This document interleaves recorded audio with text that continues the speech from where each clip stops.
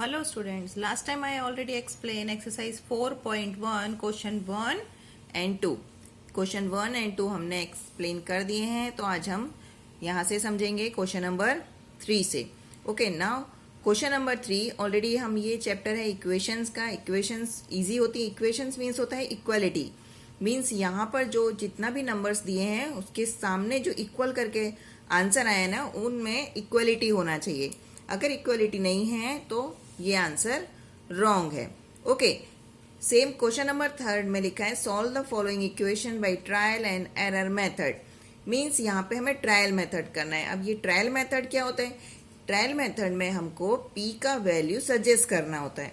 ठीक है, अब सजेस्ट करने के लिए हम यहाँ पे 5 ट्रायल ले लेते हैं. ठीक है, यानी हम फर्स्ट में p इक्वल्स टू 0 लेंगे, सेकेंड में p equals to 1, next p equals to 3. इस तरह से p का वैल्यू हम पुट करेंगे, रखेंगे. अगर p के वैल्यू में अगर जो भी आंसर्स इक्वल में 17 नहीं आता है तो वैल्यू रॉन्ग होगी. ओके, देखते हैं किस तरह से सॉल्व करेंगे इसको. This is our question. 5p plus 2 equals to 17. Now if we suppose p equals to 0, अगर हम p का वैल्यू 0 रखते हैं, देन हाउ वी सॉल्व. यानी p आप रिमूव करेंगे और p की जगह रखेंगे 0. मीन्स 5. अब यहाँ पे दोनों में कोई भी साइन नहीं है तो यहाँ पे साइन आएगा मल्टीप्लाई. डू मल्टीप्लाई 0 और बाकी का सेम रहेगा. ठीक है, अब any digit if we do multiply with 0 it will come 0 and plus 2 equals to 2. What will come 2. But हमको स्टार्टिंग में अगर सॉल्व करना है तो हम इसको LHS और RHS सपोज करेंगे. तो हमने LHS की तरफ से ये सॉल्व किया, यानी लेफ्ट साइड से. There right hand side already 17 will come. तो हमारा जो आंसर आया वो 2 आया. Means this equation is not equals to, means 2 is not equals to 17. यानी अगर हम p का वैल्यू 0 ले रहे हैं तो हमारा जो इक्वेशन है वो प्रूफ नहीं हो रहा है. ओके, सेम मेथड यहाँ पे हमने ये 1. सेकेंड में हम क्या करेंगे? सेकेंड में हम p का वैल्यू 1 ले लेते हैं. ओके, सेम मेथड रखेंगे. 5 multiply 1 plus 2 equals to 5 plus 2 equals to 7. Here also 7 will come, but हमारा जो इक्वेशन में है वो है 17. तो again this equation is not equal. So 7 is not equals to 17. Okay, same method हम इसी तरह से 2, 3 एंड 4. हमको ये प्रूफ वाले जब भी सम है हम उनको 5 टाइम प्रूफ करेंगे. मीन्स हमने एक 0 वैल्यू रखा, एक 1 रखा, इसी तरह से हम 2 रखेंगे एंड 3 एंड देन 4. नाउ हमको 4 तरीके से इस तरीके से p का वैल्यू रखना है और इसको सॉल्व करना है इक्वेशन को. क्वेश्चन नंबर 3 का सेकंड में भी सेम आपको अप्लाई करना है. यहाँ पे हमको m का वैल्यू ले लेना है डिफरेंट, 0 लेना है, 1 लेना है. सेम मेथड है, कुछ भी डिफरेंट नहीं है इसमें. आपको ये सम खुद से करना है. Okay, now question number 4. Right equation for the following statement. Means here statement given. यहाँ पे आपको ये पूरा स्टेटमेंट दिया हुआ है. अब आपको इक्वेशन किस तरह से लिखना है, जैसे ये यहाँ पे इक्वेशन लिखा है ना, तो सेम बनाना है. The sum of number x.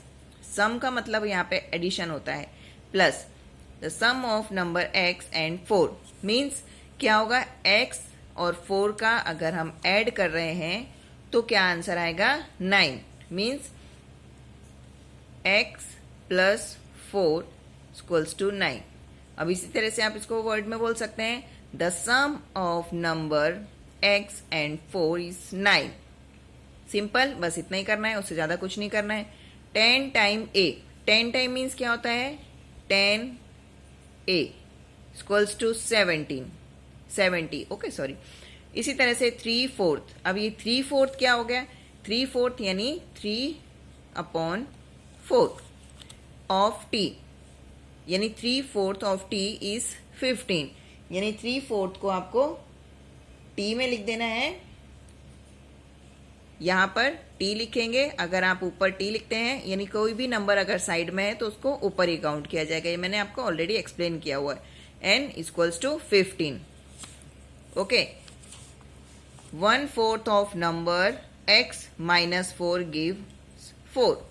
Okay, देखते हैं इसको हम पेपर में किसी तरह से सॉल्व करेंगे। 1/4 of A number x minus gives 4।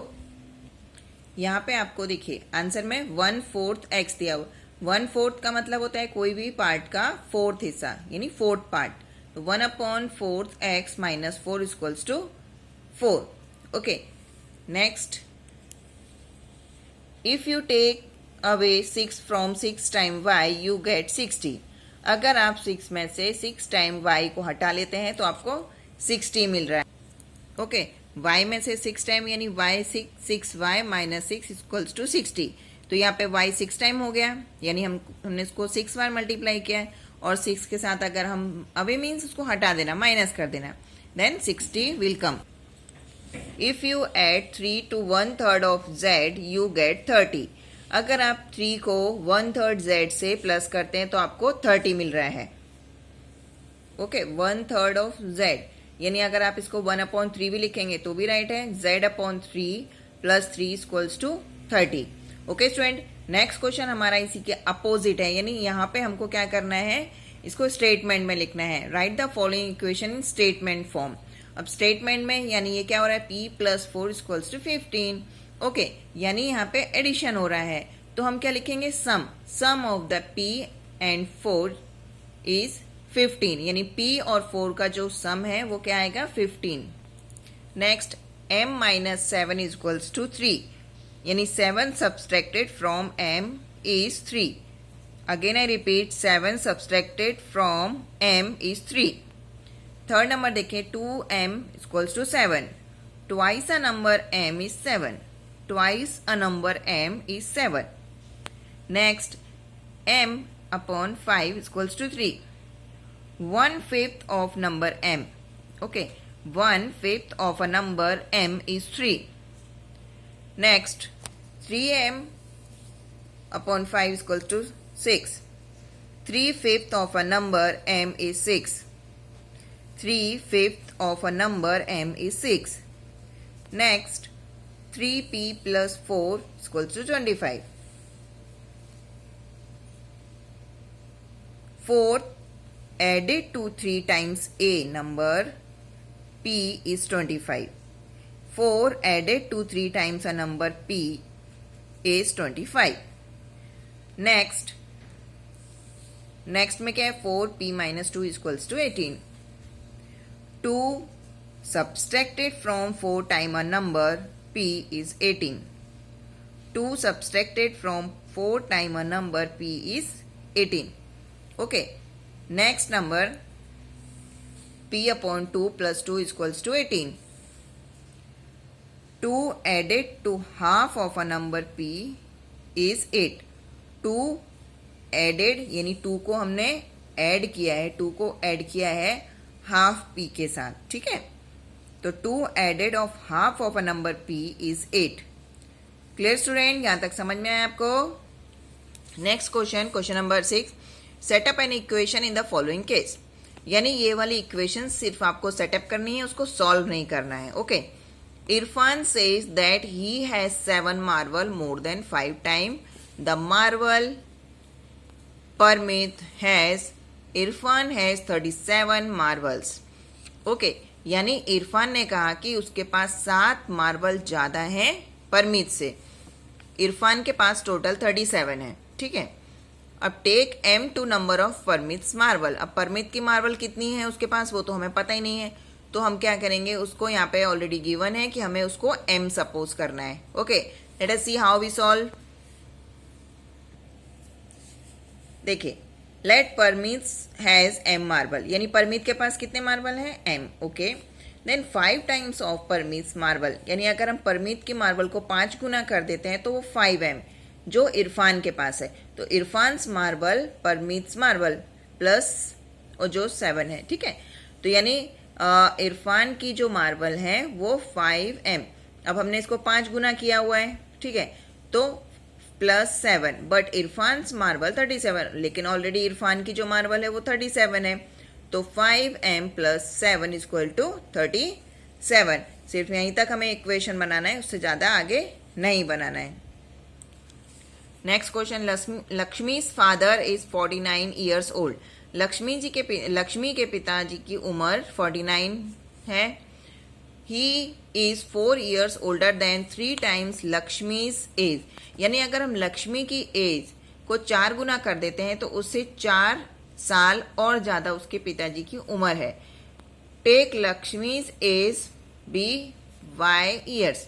यानी अगर हम सपोज करते हैं तो हमें लक्ष्मी की उम्र y सपोज करनी पड़ेगी। Let's Lakshmi's age equal to y year. तो 3 टाइम्स अगर हम इसको तिगुना कर देंगे तो क्या हो जाएगा, 3y ईयर हो जाएगा। एज ऑफ लक्ष्मी's फादर, तो लक्ष्मी जी के फादर की जो उम्र है वो 3 गुना लक्ष्मी की उम्र और प्लस 4 ईयर एक्स्ट्रा। तो हमने यहाँ पे 4 प्लस किया तो 3y प्लस 4 ईयर। बट जो टोटल उसके पिताजी की उम्र है वो 49 है, तो हम इक्वल्स टू में 49 कर देंगे। Next question, the teacher tells the class that the highest marks obtain by the students in the class is twice the lowest marks plus 7।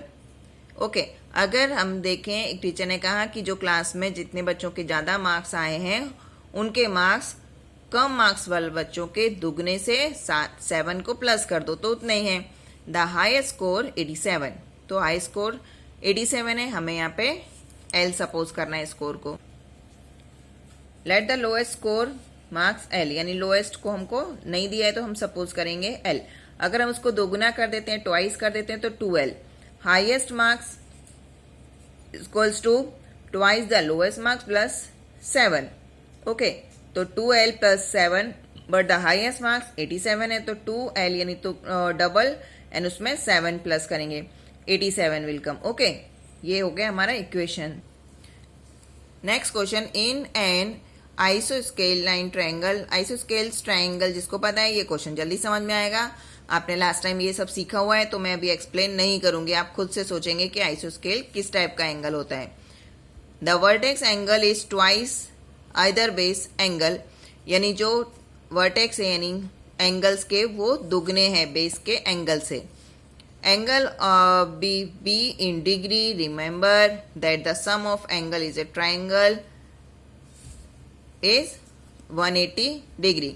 यानी आपको पता होना चाहिए कि ट्राइंगल के सभी एंगल का जो प्लस होता है वो 180 ही होता है always. Let us base angle is b degree. अगर हम मान लेते हैं कि बेस का एंगल जो है वो b डिग्री है, the base angle is isosceles triangle equal, यानी यहाँ पे दो एंगल सेम रहेंगे। The other angle is b degree, तो दूसरा भी b रहेगा, तो ये क्या हो गए, ट्वाइस हो गए, 2b degree. Okay, then the sum of 3 angles triangle is b plus b and plus 2b, यानी जो थर्ड एंगल है वो उसका दुगना रहेगा, तो यहाँ पे 2b हो गया इक्वल्स टू 180। क्यों लिखा है, क्योंकि ऑलरेडी पता है कि ट्राइंगल के तीनों एंगल का जो प्लस होता है वो 180 होता है। और इसको हम 4b भी लिख सकते हैं, प्लस करेंगे तो 4b आएगा। इक्वेशन हो गया हमारा 4b equals to 180। Thank you student for watching this, bye.